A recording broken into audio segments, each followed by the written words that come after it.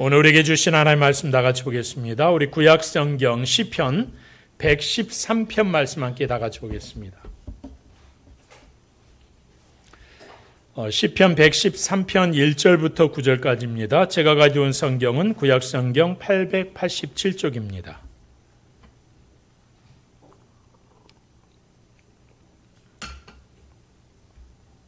하나님의 말씀 시편 113편 1절로 9절까지 말씀 페이지 887장. 우리 다 찾으셨으면 1절부터 우리 다 같이 함께 합독하겠습니다. 함께 읽습니다. 시작. 할렐루야. 여호와의 종들아 찬양하라. 여호와의 이름을 찬양하라. 이제부터 영원까지 여호와의 이름을 찬송할지로다. 해 돋는 데에서부터 해 지는 데까지 여호와의 이름이 찬양을 받으시리로다. 여호와는 모든 나라보다 높으시며 그의 영광은 하늘보다 높으시도다. 여호와 우리 하나님과 같은 이가 누구리요? 높은 곳에 앉으셨으나 스스로 낮추사 천지를 살피시고 가난한 자를 먼지 더미에서 일으키시며 궁핍한 자를 거름더미에서 들어세워 지도자들 곧 그의 백성의 지도자들과 함께 세우시며 또 임신하지 못하던 여자를 집에 살게 하사 자녀들을 즐겁게 하는 어머니가 되게 하시는도다. 할렐루야. 아멘. 시편 113편부터요. 뒤에 6개, 그러니까 113편부터 118편까지는 이스라엘 사람들에게서 아주 특별한 시편입니다. 소위 이집트 할렐이라고 불렀어요. 무슨 말일까요? 할렐이라는 의미는 찬양한다는 동사거든요. 히브리어로. 우리가 이제 할렐루야 하잖아요. 그러면 여기서 할렐 하면은 하나님을 찬양하라 이런 의미인데 사실은 할렐루 할 때 루는 이게 뒤에 이제 인칭 전미어인데 복수형이에요. 그러니까 보통 할렐루 하면은 너희들은 찬양하라 이런 의미고요. 그다음 뒤에 야는 야훼 하나님을 이제 뭐라고 그럴까요? 축소한 거죠. 그러니까 좀 짧게 표현하는 거죠. 그래서 할렐루야를 합치면 너희들은 하나님을 찬양하라 이런 말씀이 되는 거죠. 사실 이 시편들은요. 왜 이집트 할랄이라고 말했냐면 유월절, 오순절, 또 장막절, 수전절 같은 이스라엘 민족에게 있어서는 굉장히 의미 있는 절기에 반드시 이 시편들이 외워지기도 했고 암송하기도 했고 노래로 선포되기도 했단 말이죠. 이 6편의 시편은 반드시 예전 때 제의할 때 반드시 그 전에 선포되어졌던 그런 시편들입니다. 이집트 할렐 그러면 여러분 이제 눈치를 채셨겠죠. 어떤 의미겠는가. 사실 유대인들의 제사나 예전에서 출애굽을 기념하는 절기 때 출애굽 하나님께서 그네들의 조상된 이스라엘 민족들이 애굽에서 노예살이를 300년 동안 하던 가운데 모세를 세우셔서 그 민족을 하나님이 이끌어 오셔서 40년 비록 광야 생활은 보내긴 했지만 결국은 가나안 땅에 하나님께서 이끄심에 대한 그 놀라우신 사건. 그러니까 이스라엘 민족은요. 그 민족의 시작은 아브라함이라고 얘기는 하지만 물론 이제 거슬러 나가면 아담부터 시작되긴 하겠죠.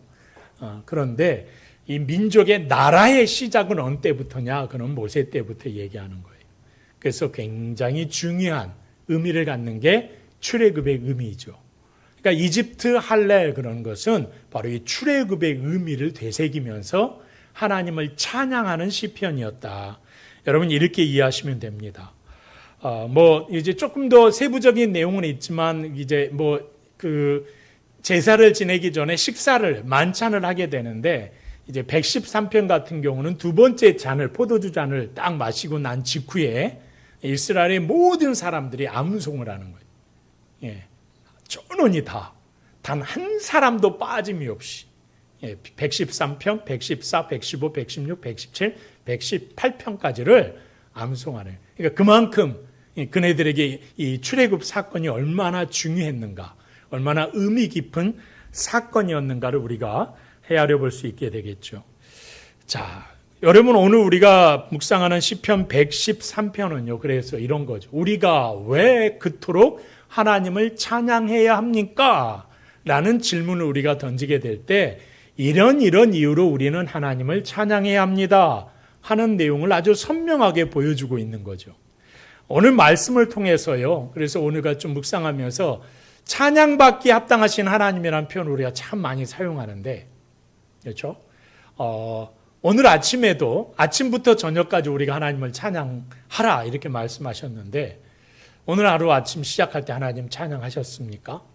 살아오는 오늘 이제 이 시간에 우리 찬송가 부르긴 했지만 어때요, 여러분? 하루 종일 얼마나 많이 찬양을 하나님 앞에 부르셨는가 하는 것들은 여러분이 너무나 잘 알고 계실 거고, 근데 그게 노래로만 부르는 찬양이 아니라 삶에 있어서 하나님의 자녀된 모습 가운데서 하나님을 어떻게 찬양할 것인가에 대한 그러한 우리의 고민이 오늘 특별히 113편을 보시면서 함께 묵상했으면 좋겠습니다.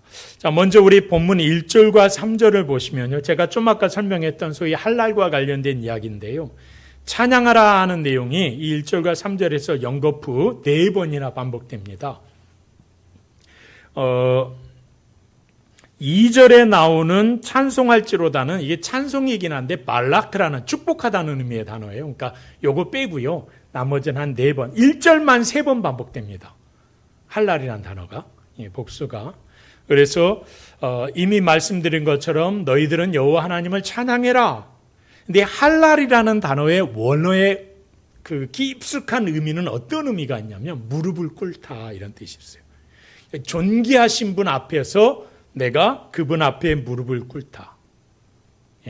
이런 의미가 있고, 또 조금 더 적극적인 의미로 나가면 축복하다라는 뜻의 의미를 가지고 있는 단어예요.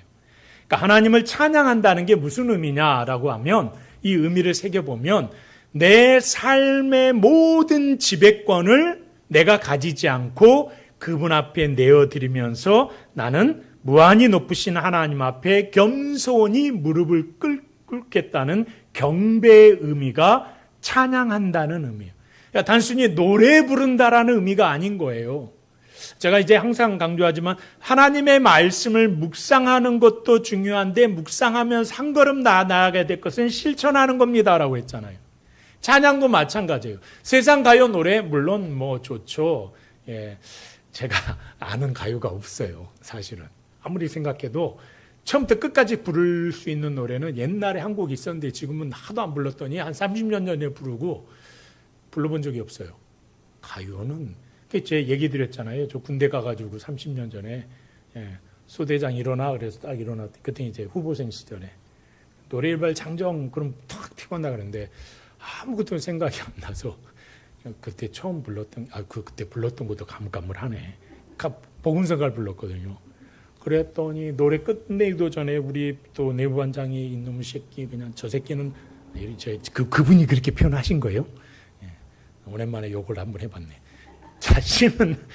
다시는 노래 시키지 마. 그러면 정말로 3개월 동안 수료하는 동안 한 번도 노래를 안 시키더라고요.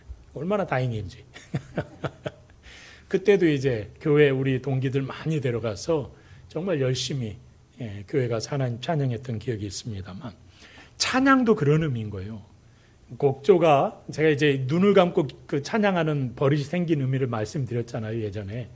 눈 뜨고 하면은 자꾸 내 눈에 뭔가 비치니까 우리 권사님 오늘 많이 피곤하신가 보다 찬양하다가 우리 집사님은 오늘 이러면 자꾸 몸을 보니까 안 되겠다.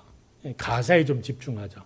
제가 이 찬송가를 멜로디 없이 암송을 해봤는데 도저히 못 외우겠더라고요. 그래서 이게 내 곡조를 통해서 내가 이 가사를 부르는구나. 사실 하나님 앞에 드리는 찬양의 본질적인 면은 이 가사에 담겨 90%가 물론 곡도 중요하지만 뭐 찬송가의 어떤 경우는요 뭐 민요를 갖고 와서 부른 것도 있고 많아요. 세상적인 것들을 근거로 해서. 그런데 정작 중요한 건 가사죠. 그래서 가사에 집중하다 보니까 눈을 감아도 해도 그게 벌써 30년이 훨씬 넘으니까 버릇이 돼가지고 계속 눈을 감는데 눈을 좀 뜰라고 유튜브 하면서부터 이제 눈을 좀 뜨고 하려고 얼마나 내 안에서는 얼마나 지금 노력하는지 여러분 모르실 거예요. 굉장히 안 움직이려고도 화면을 보니까 내가 자꾸 움직여. 움직이는 게 굉장히 난 자연스러운데 이걸 자꾸 움직이니까 너무 번잡스러워요.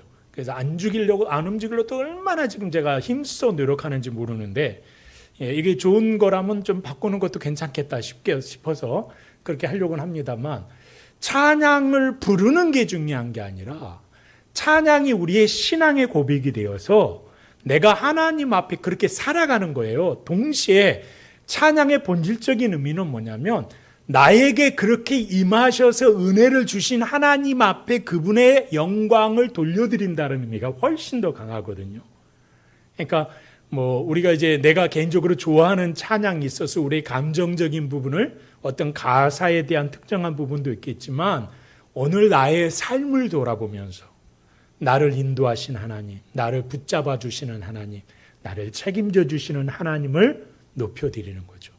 그러니까 여러분 생각해 보면 우리가 찬양하지 못할 때도 없고 못할 것도 없고 못할 곳도 없어요.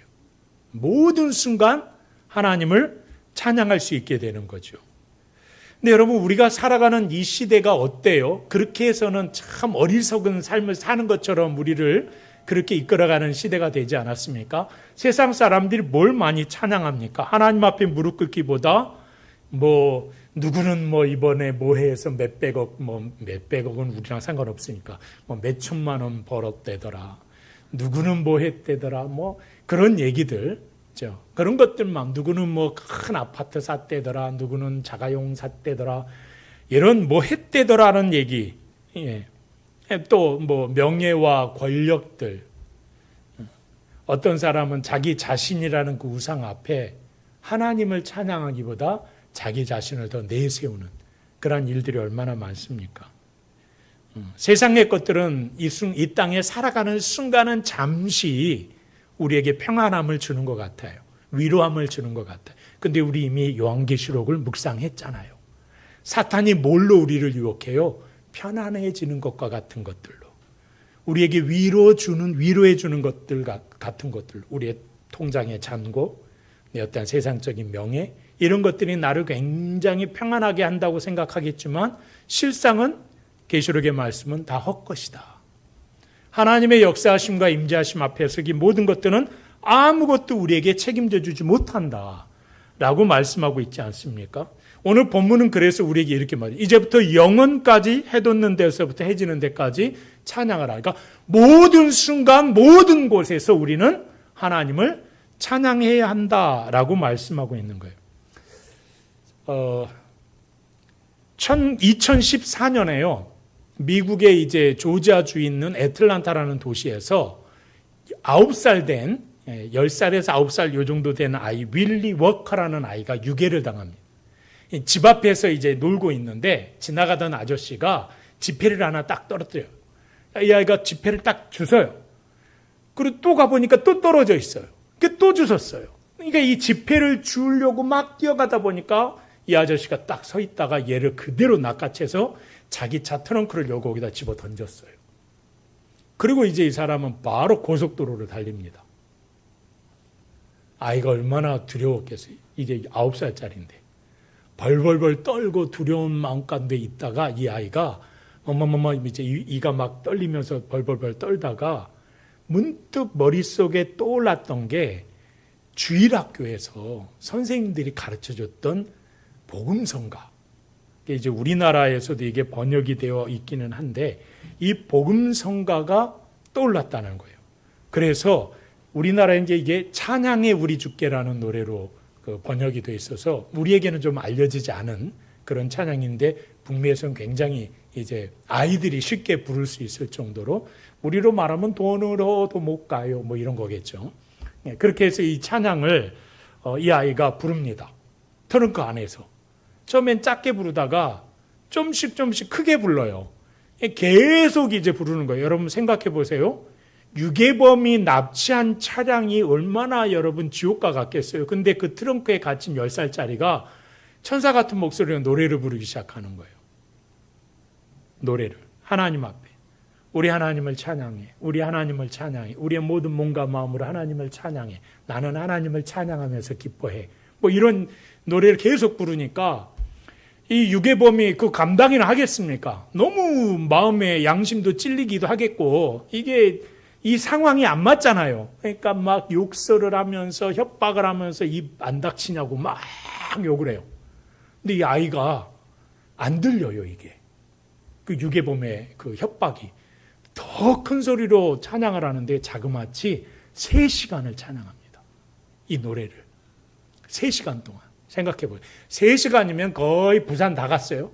예, 빠른 차로 빨리 달렸으면. 그동안 얘가 쉬지 않고 찬양을 부른 거예요. 그러니까 유괴범이 안 되겠다 싶어서 한 마을로 가서 트렁크를 열고 애를 집어 던져버려요. 거기다. 그리고 자기는 도망가요. 그러니까 그 2014년에 일어난 이 사건은 아직도 범인이 잡히지 않은 미제 사건 중에 하나예요. 미국에 있어서. 근데 이 10살짜리 윌리 워커가 나중에 어른들한테 자기가 어떤 상황에 처해 있었는지를 조목조목 얘기를 해서 이 사건이 알게 되어졌고 이 일이 지역 신문사의 방송에 그래서 미국 전역에 아주 유명한 사건으로 이제 알려지게 되는 계기가 되었던 거죠. 여러분 보세요. 하나님께서 그 찬양을 통해서 그 소년의 생명을 완전하게 지켜내 주셨다라는 우리의 고백에 누가 여기다 반문할 수 있겠습니까? 그렇죠? 모든 삶의 현장에서 하나님을 찬양한다 하는 것은요, 단순히 노래를 부르는 게 아니라는 거예요. 우리의 삶 속에서 살아가는 동안 내가 겪어야 하고 만나야 하고 우리가 부딪혀야 되고 때로는 영적인 전투의 현장과 같은 내 삶에서 우리가 가질 수 있는 가장 강력한 무기 중에 하나가 찬양이라는 거예요. 이걸 우리 성도님들이 삶에서 항상 누리시면서 그렇게 살아가셨으면 좋겠습니다. 여러분 한번 생각해 보세요. 이 소년 윌리가 차 안에서 부른 찬양이 얼마나 간절했겠어요.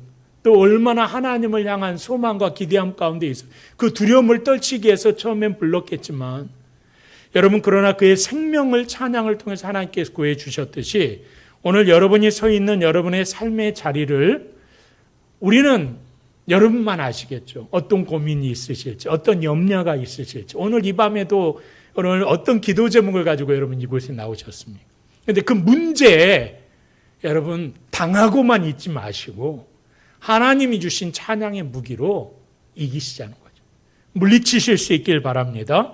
그래서 바로 그 자리가 고통의 자리가 아니고 염려의 자리가 아니고 우리의 심령을 억압시키는 자리가 아니라 바로 그 자리가 고통과 억압과 우리의 심리적으로 우리를 굉장히 압력을 가하는 그 순간 그 내 삶의 자리가 어떤 자리로?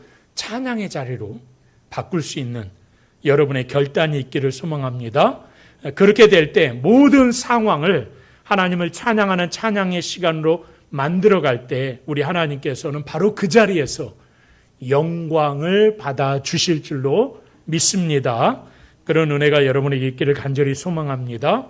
자, 이어서 시편 기자는요 4절과 6절 말씀에 보면은 이 모든 나라보다 높이 계시는 하나님을 찬양해요.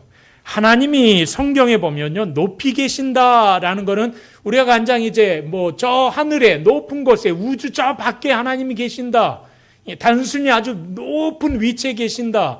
이런 의미로만 우리가 해석해서는 안 된다래요. 성경에서 하나님이 높이 계신다라는 말은 뭐냐면 그러니까 뭐 지리적으로 위치적인 의미도 있겠지만은 사실은 더 본질적인 의미는요. 이 세상 모든 우주 만물을 어떻게 통치하시는 분이다 이런 의미. 그러니까 세상 군왕들이 통치자가 아니라 하나님이 통치자시라는 의미예요. 그분이 영광이 이 세상 모든 것 위에 뛰어나다는 사실을 선포하고 있는 거죠. 여러분 사실 뭐 지금도 마찬가지지만 권력자들이 가지고 있는 힘과 파워는 우리의 같은 범인들이 생각할 수 없는 강력한 일들을 감당해낼 거예요. 지금 뭐 트럼프라는 미국 대통령의 말 한마디에 그냥 한 나라가 쑥대밭이 되잖아요. 아무도 말 못하잖아요.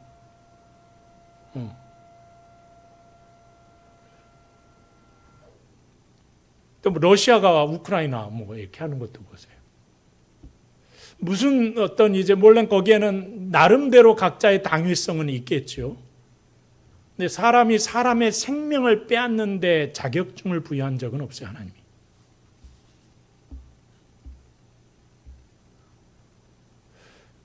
우리 시대에 우리가 생각해 볼 가치는, 그래서 좀 우리가 비록 작은 공동체이지만 그러나 우리 삶의 자리에서 하나님께서 내 삶에, 그리고 우리의 공동체 안에, 우리의 가정 안에 통치자로 계시는가? 그분의 말씀이 우리의 삶의 전반을 변화시키고 영향력을 미치고 내 삶의 모든 것의 선택의 결정권이 주도적으로 하나님의 말씀에 있는가? 우리가 권력자들을 향하여 손가락질하거나 잘못된 사람들을 향하여 손가락질하는 거, 그보다 먼저 나 자신이 그렇게 하나님의 통치하심을, 하나님의 권세를 인정하며 살아가는가? 그런 것들을 먼저 돌아볼 수 있는, 그리고 하나님 앞에 구하는 우리들이 되었으면 좋겠습니다. 오늘날 여러분, 세상은요, 과학기술의 발전들, 인공지능이 난리가 아니죠. 우리나라도 이제 그 AI로 그냥 온 나라의 신경이 거기에 빠져 있습니다. 거대한 자본력을 자랑하면서, 인간의 어떤 초월해버리는, 마치 하나님의 영역에까지 갈 수 있는 것처럼 그렇게 사람들이 인식하게끔 만드는 그런 세상이 되어버렸어요. 근데 오늘 시편 기자의 말로만 빌리자면 뭐하고 있는 거예요? 교만을 떨고 있는 거죠. 말도 안 되는 거죠. 아무리 인류의 문화와 기술과 과학이 뛰어난다 할지라도 높이 계신 하나님의 권세와 그 역사하심 앞엔 아무것도 아니라는 거예요. 세상이 자랑하는 그 어떤 권력이나 시스템도 결국 창조주 하나님 앞에, 그 발 아래에 놓여 있을 뿐이라는 거죠. 그래서 여러분, 하나님께서 우리 앞에 역사하시고 내 삶을 주관하신다, 내 삶을 이끄신다라는 사실을 여러분, 우리가 누군가에게 기대하는 게 아니라 그 삶을 나 혼자, 먼저 나부터 그런 삶을 살아가야 될 이유가 여기 있는 거예요. 내가 바뀌어야 돼요. 내가 바뀌고, 내가 바뀌면 우리의 공동체가 바뀌어요. 우리의 가정이 바뀌면 우리 교회 공동체가 바뀌게 될 거고, 교회가 바뀌면 세상이 바뀌게 되는 거죠. 물론 세상이 다 바뀌기 전에 하나님이 오실 수 있어요. 우리가 해야 될 일은 바로 거기에 있다는 거죠. 근데 너무나 중요한 건 뭐냐면, 근데 목사님 너무 힘들어요. 그렇게 하려고 하니까 내가 참 피곤해요. 얼마나 피곤하고 힘든지 몰라요. 근데 이제 시편 기자는 그래서 그렇게 피곤하고 힘든 우리한테 이렇게 말씀하시는 거예요. 너 혼자 있지 않아. 왜냐하면 저 높은 데 계시는 하나님께서 당신 스스로를 낮추셔서 우리에게 찾아오셨어. 오늘 본문 말씀이 그렇게 우리에게 말씀하는 거예요. 높은 보좌에 계신 하나님께서 정말 보잘것없는 인간, 우리를 돌보시기 위해서 스스로를 낮추어서 우리의 삶의 한복판에 들어와 계신다는 거예요. 그러니까 이게 여러분, 우리가 오늘 하나님을 찬양해야 될 이유이고 기쁨이라는 겁니다. 여러분 생각해 보세요. 가장 중요한 건 그런 거예요. 여러분이 믿고 있는 바를 삶에서 실천해 보시자는 거예요. 우리가 지난 세월의 신앙을 10년, 20년, 30년 세월을 우리가 살아오면서 믿었던 그 믿음을 내 삶에서 의심하지 않고, 내가 교회는 열심히 다니죠. 나중에 죽어서 천국 가기 위해서 내가 이 걸음을 놓치면 안 되고 반드시 가야 됩니다라는 거는 내가 알고 있어서 습관적으로 교회는 나오지만, 내가 살아가는 내 삶의 형편들을 보라보니까 하나님만 갖고는 안 되고 있어. 가끔은 하나님 아닌 것들이 필요해. 그렇게 행동하면은 하나님이 그 역사하실까요? 안 하시겠죠. 그러니까 목사로 살아가는 저도 생각해 보면요, 가끔 내가 뭐 하고 있나? 내가 설교를 이렇게 해놓고 하나님 앞에 기도를 이렇게 해놓고 내가 왜 이걸 고민하지? 내가 이걸 왜 염려하지? 내가 왜 안절부절할까? 내가 왜 불안해하지? 이 말은 제가 염려할 때도 있고 불안해할 때도 있더라는 거죠. 고민할 때도 있어요. 그런데 목사니까 성도님들보다는 조금 덜하지 않겠나 하는 생각을 해보는데, 저는 여러분의 삶에서 여러분이 고민하고 염려하는 것들이 바로 안 생길 수 없다고 성경이 말하잖아요. 인생의 모든 삶에 다가오는 고난과 염려의 문제가 우리를 끊임없이 다가와요. 성경은 그것이 우리를 연단하는 도구로도 하나님이 사용하신다고 했어요. 그러니까 그거는 없을 수가 없어요. 내 자녀들 보면 아이고, 자녀들 삶을 보면 기도 안 할 수가 없죠. 또 내가 우리의 가정과 우리의 직장과 사업장을 생각해 보면 우리 교회를 생각하면 눈물을 안 흘릴 수가 없지요. 별의별 생각들 우리가 다 하게 됩니다. 근데 중요한 건 고민은 하는데 안 바뀌더라는, 뭐가? 그걸 신뢰하지 못하더라는 거예요. 그래서 변화가 없다는 거죠. 여러분, 따라해 볼까요? 하나님의 사람은 좋은 환경으로만 찬양하는 자가 아니다. 우리가 환경이 좋아질 때만 찬양하는 게 아니에요. 하나님의 사람들은 환경이 좋든 좋지 않든 어떤 순간에도 하나님을 찬양할 수 있어야 된다는 거예요. 여러분, 이 땅에서 한번 생각해보세요. 누가 하나님을 찬양할 수 있겠는가? 아니, 크리스찬마저도 환경이 좋아야 되고 바뀌어야 될 때 찬양한다면 이 세상에 찬양할 사람 아무도 없죠. 근데 성경은 우리에게 끊임없이 뭐라고 그래요? 할렐루야, 할렐루야, 찬양하라, 찬양하라. 너희는 여호와 하나님을 찬양하라. 너를 선택하신 하나님을 찬양하라. 스스로 자신을 낮추시고 이 땅에 오신 그 하나님을 찬양해라. 근데 생명을 내어놓고 너희를 구속해 주신 그 하나님을 찬양하라. 일상의 모든 삶에서 너희를 책임져 주시고 믿고 구하는 자에게 응답하시는 그 하나님을 찬양해라, 찬양해라. 누구한테 하는 명령이에요, 이게? 믿는 자들에게 하시는 명령이에요. 우리에게 하시는 명령. 그러니까 여러분, 내가 내 환경이 바뀌어야만 내가 하나님 그때에 찬양할 수 있지 않겠어요? 라고 말하는 건 굉장히 아마추어죠. 세상 가수들도 여러분 몸이 아파도 무대에 올라가신 소양이라는 가수가 지금은 이제 크로스오버 돼서 세상 노래도 부르고, 옛날 한때 이게 이제 이분이 그 CCM 가수였거든요. 그렇게 시작을 했는데 어떤 이제 그 굉장히 그 뭡니까, 저는 불멸에 뭐 있어요 뭐 그렇게 하는, 아마 경영 이제 서로 이렇게 이제 다투는 그런 이제 아마 노래하는 그 뭐라 그럴까요? 그런 경연장에 나왔는데 거기서 우승을 합니다. 우승을 하는데 그때 아마 폐렴에 걸려서 숨을 쉬는 것조차도 힘들어할 그 순간이었다는 거예요. 근데 그 무대에서만큼은 그걸 전혀 내색하지 않아요. 나중에 사람들이 깜짝 알게 된 거죠. 와, 이 노래를 부를 때 폐렴에 걸렸었다고? 근데 그때 이후로, 그 무대 이후로 한동안 이제 요양하는 시간을 보내서 잠정적으로 이제 나타나지 않은 시기가 있었어요. 그 소양이 예전에 그런 말을 제가 이제 직접 들었던 내용인데, 그런 말 한번 들어요. 무대에 올라가기 위해서 몇 번을 연습합니까? 그러니까 1000번을 연습한대요. 1000번을. 한 무대에 올라가기 위해. 프로는 그런 거예요. 우리는요, 하나님 나라의 프로들이잖아. 그런데 조건 따지면서 찬양한다는 게 웬 말입니까? 환경 따져가면서 찬양한다는 건 있을 수 없는 거죠. 모든 상황에 할 수만 있으면 하나님을 찬양할 수 있는, 호흡이 있는 한 하나님을 찬양할 수 있는 여러분 되기를 주의 이름으로 축원합니다.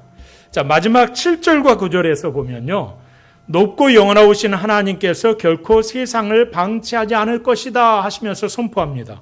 그러니까 스스로를 낮추신 하나님께서 가장 비천한 자들을 어떻게 그 동에서 건지실 것이기 때문에 찬양하라. 여기서 여러분 비천한 자들이 누구예요? 굶주린 자들, 잿더미에서 끌어올리시고 임신하지 못하던 여인에게는 자녀를 두어서 어머니가 되게 하신다. 근데 여러분, 여기 본문에 등장하는 사람들의 면면을 보세요. 가난한 사람, 궁핍한 사람, 임신 못하는 여인, 이게 뭐예요? 이분들이 어떤 분들이에요?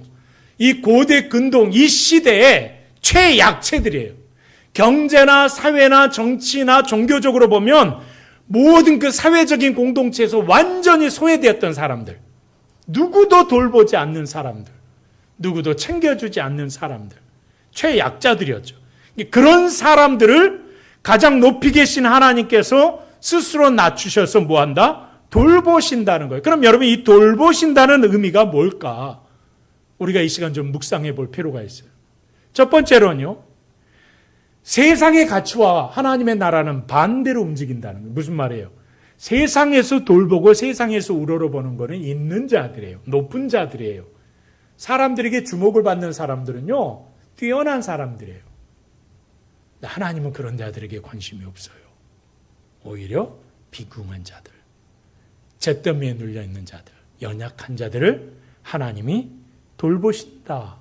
이런 의미겠죠. 동시에 우리가 두 번째로 생각할 수 있는 건 그런 거예요. 그들이 뭔가 할 수 있는 일이 아무것도 없어요. 스스로가 뭔가를 자신의 삶을 변화시키고 회복시킬 수 있는 근거가 하나도 없는 사람들이에요. 이 사람들. 근데 하나님이 돌보신대. 이 말은 어떤 의미로 다가와요? 바로 그 순간에 하나님이 일하신다는 거예요. 하나님이 역사하신다는 거예요. 그래서 하나님이 우리에게 정말 주신 훌륭한 무기가 하나 있어요. 오늘은 찬양이지만 찬양과 동시에 우리 성도들에게 주신 강력한 무기가 이거예요. 기도예요. 기도는 어떤 거냐면요, 내가 당면한 문제가 있어요. 근데 내가 해결할 수 있을 것도 같고, 내가 조금 누가 날 도와주면 이거 어떻게 한번 해결하겠는데 라는 생각이 먼저 들어요. 그럼 우리는 어떻게 행동을 해버리잖아요. 그런데 믿음이 우리가 깊어질 때는 어떻게 행동을 하냐면, 그 행동을 하기 전에 먼저 기도해요. 기도의 본질적인 의미는 뭐냐면, 하나님, 나는 아무것도 할 수 없어요. 하나님이 하셔야 돼요. 하나님이 붙잡아 주세요. 하나님이 사용해 주세요. 하나님이 역사해 주세요. 하나님이 이끌어 주세요. 라는 게 여러분 그 신앙의 고백이 기도 아닙니까? 그러니까 그 순간에 하나님을 의지하는 거예요. 의탁하는 거예요. 그래서 하나님이 먼저 하시도록. 그래서 여러분, 우리가 항상 말씀드리지만 성령께서 일하시기 전에 내가 일하면 안 된다는 거예요. 성령이 가시기 전에 내가 먼저 가면 안 된다는 거예요. 여러분, 어떤 용어를 바라볼 때 굉장히 여러분 안타깝고 불쌍한 마음 내 안에 드는 거 맞아요.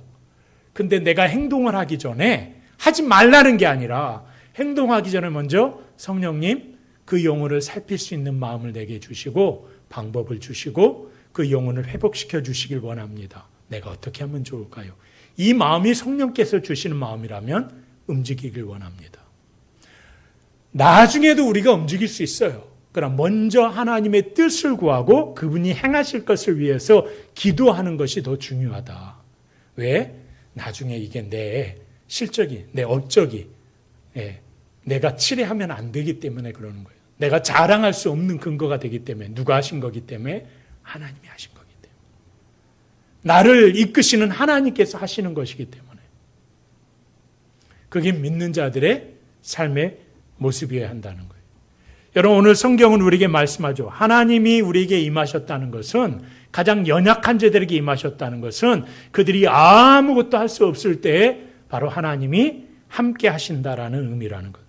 오늘 이 말씀을 기억하면서 여러분 하나님을 찬양하시고 하나님께 기도하시는 우리 새한가족 되었으면 좋겠습니다. 여러분 기억하세요. 가장 높은 곳에 계신 우리 하나님은 가장 낮은 곳에 있는 나의 신음소리를 들으십니다. 믿습니까?